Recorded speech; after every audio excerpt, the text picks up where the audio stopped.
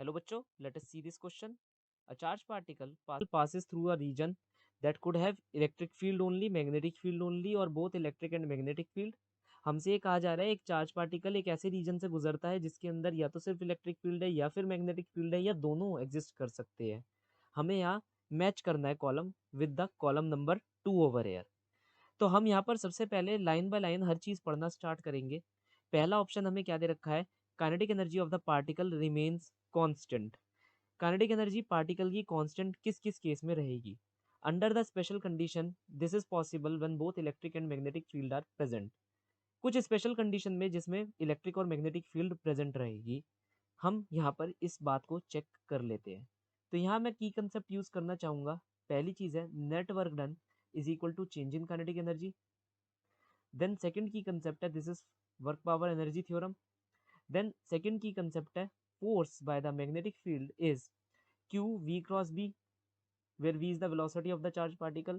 Then third, force due to electric field is q into e. अब यहाँ पर कहा जा रहा है अंडर द स्पेशल कंडीशन जहाँ पर दोनों मैग्नेटिक फील्ड और इलेक्ट्रिक फील्ड दोनों प्रेजेंट है, उस केस में kinetic energy of the particle constant रहनी चाहिए। देखिए ये सिर्फ वही केस हो सकता है जिसके अंदर इलेक्ट्रिक फोर्स और मैग्नेटिक फोर्स आपस में एक दूसरे को इक्वेट कर दे, जिससे पार्टिकल अनडिफ्लेक्टेड चला जाए। अगर पार्टिकल के ऊपर नेट फोर्स जीरो हो जाएगी तो उसके ऊपर लगने वाला नेट वर्क डन भी क्या हो जाएगा, जीरो हो जाएगा, क्योंकि work done is equal to force dot displacement. कोई फोर्स नहीं तो कोई वर्क डन नहीं, कोई वर्क डन नहीं तो कोई चेंज इन काइनेटिक एनर्जी नहीं, कोई चेंज इन काइनेटिक एनर्जी नहीं। तो इसका मतलब है हाँ कुछ स्पेशल कंडीशंस के अंदर ये केस पॉसिबल है। तो A is the correct answer.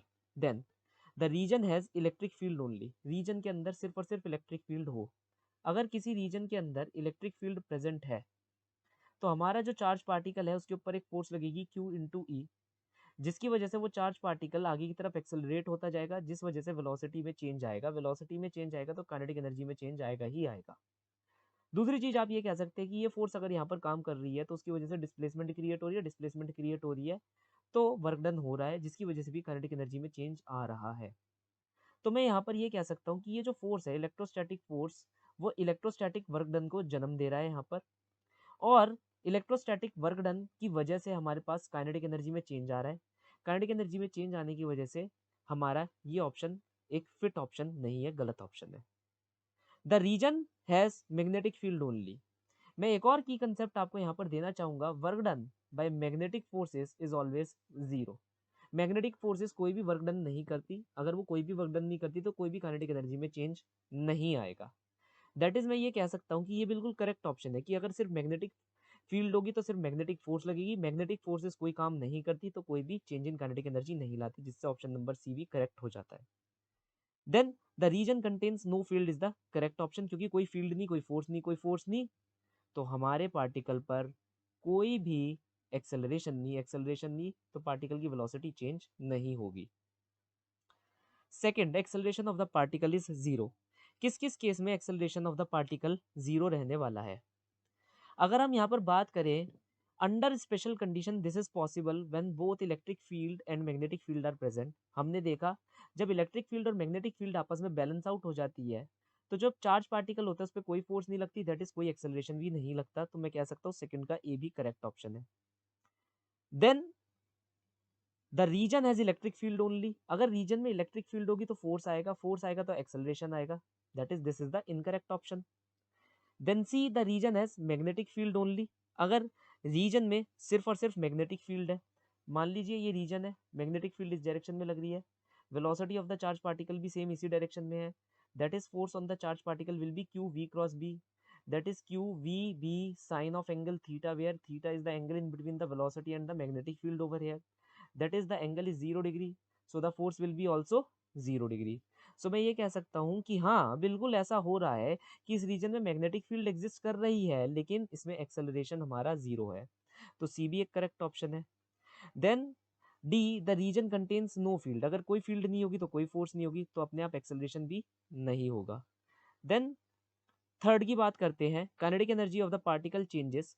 Kinetic energy तो चेंज करे लेकिन वो डिफ्लेक्शन भी सफर करे, तो काइनेटिक एनर्जी भी और डिफ्लेक्शन भी दोनों चीजें हो।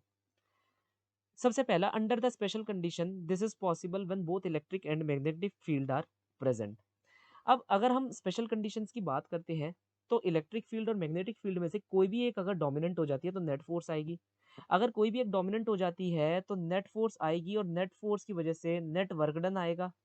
नेट वर्क डन आएगा तो चेंज इन काइनेटिक एनर्जी आएगी, जिसकी वजह से मैं ये कह सकता हूँ कि A option is the correct option. Then हम बात करते हैं बी ऑप्शन की, रीजन के पास सिर्फ इलेक्ट्रिक फील्ड हो। अब यहाँ पर हमने बात करी काइनेटिक एनर्जी की, लेकिन डिफ्लेक्शन की हमने बात नहीं करी, तो एक बार डिफ्लेक्शन की भी बात कर लेते हैं। देखिए जैसे आपका चार्ज पार्टिकल इस v वेलोसिटी से आगे जा रहा था, यहाँ पर इलेक्ट्रोस्टैटिक फोर्स ज्यादा हो गई और मैग्नेटिक फोर्स क्या हो गई, कम हो गई, तो ये चार्ज पार्टिकल ऐसा पैराबोलिक मोशन करता हुआ चला जाएगा। तो बेसिकली हम यहाँ ये कह सकते हैं कि हाँ डिफ्लेक्शन भी हो रहा है, काइनेटिक एनर्जी भी चेंज हो रही है, तो A option is the correct option. Then B, region has electric field only. अगर रीजन के पास सिर्फ इलेक्ट्रिक फील्ड है, मान लीजिए इलेक्ट्रिक फील्ड ऐसे एग्जिस्ट कर रही है, हमारा चार्ज पार्टिकल ऐसे एंटर कर रहा है, तो इसकी काइनेटिक एनर्जी तो चेंज होगी ही होगी। क्यों? क्योंकि ये जो इलेक्ट्रिक फील्ड है इलेक्ट्रिक फोर्स लगाएगी और इलेक्ट्रिक फोर्स वर्क डन करेगा ही करेगा, वो एक नॉन जीरो वर्क डन होगा। और साथ ही साथ ये पार्टिकल कैसे जाएगा, ये ऐसे पैराबोलिक मोशन में चला जाएगा। तो मैं ये कह सकता हूँ ऑप्शन नंबर सी, और sorry option number B is also correct option. Then option number C, region में सिर्फ मैग्नेटिक फील्ड ही एग्जिस्ट करे। सर मैग्नेटिक फील्ड कोई वर्क नहीं करती तो कोई काइनेटिक एनर्जी उसमें चेंज होती ही नहीं है, तो फिर तो ये ऑप्शन तो बिल्कुल ही गलत ऑप्शन है।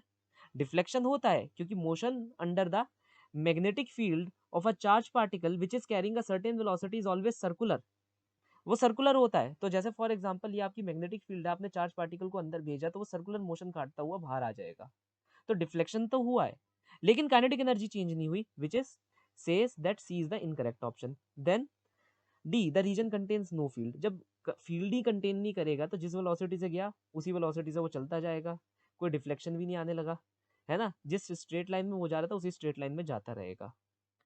देन फोर्थ ऑप्शन की बात करते हैं हम, kinetic energy of the particle changes. Kinetic energy तो चेंज करे लेकिन जो डिफ्लेक्शन है वो ना हो, उसको कोई डिफ्लेक्शन ना हो। तो ये कौन कौन सा केस है?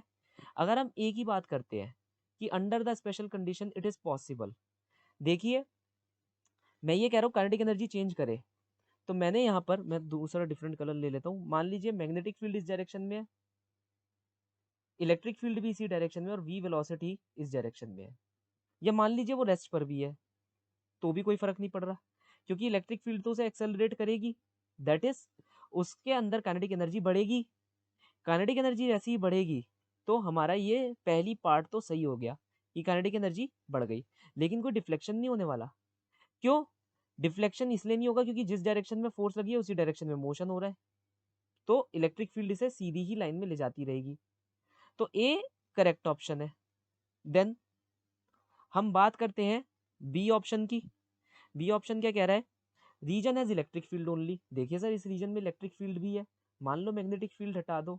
अब देखो पिछले वाले रीजन में मैग्नेटिक फील्ड का फर्क भी क्या था, कोई फर्क नहीं था भाई, उसके द्वारा जो फोर्स लग रही थी वो तो तब भी जीरो ही थी, तो इसके द्वारा तो कोई फोर्स ही नहीं लग रही।